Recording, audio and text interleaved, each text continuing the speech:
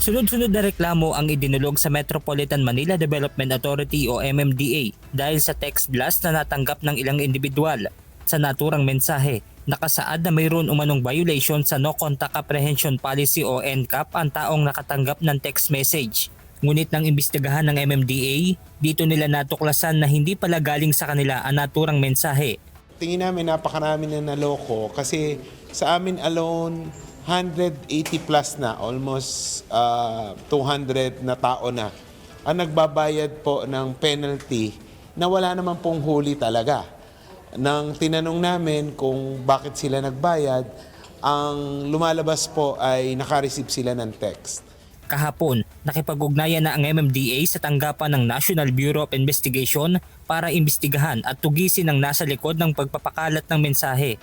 Pero as of now, yung site ay naksyonan na rin ng CICC natin, no? So medyo naka-red flag yung site na yan. Pero definitely, gagawa sila ng bagong site and huli natin. Although na-preserve naman na yan, nakuha na yung na-preserve na yan at titingnan din namin kung ano pa yung parang parallel site na ginagamit dito para mahuli natin. Ayon kay MMDA Chairman Attorney Romando Artes, sakaling makatanggap ng ganitong uri ng mensahe ay huwag na huwag i-click ang link na nakalagay sa text message.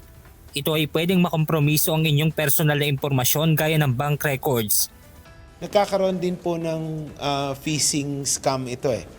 Bakit? Kasi pag kinilik mo yung site, mapupunta ka sa page, ipapa-input yung pangalan mo, MB file number, plate number, in which case nakukuha na nila yung data.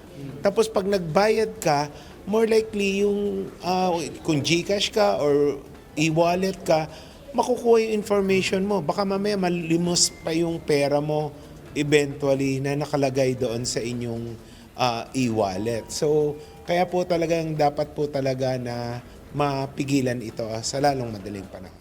Dagdag pa ng MMDA Chairman na kung may violation ay maaaring bumisita sa kanilang official site at doon makipagtransaksyon upang maiwasang mabiktima ng pangloloko. Benedict Samson, UNTV News and Rescue. Diyos ang aming sandigan, serbisyo publiko ang aming pinahahalagahan.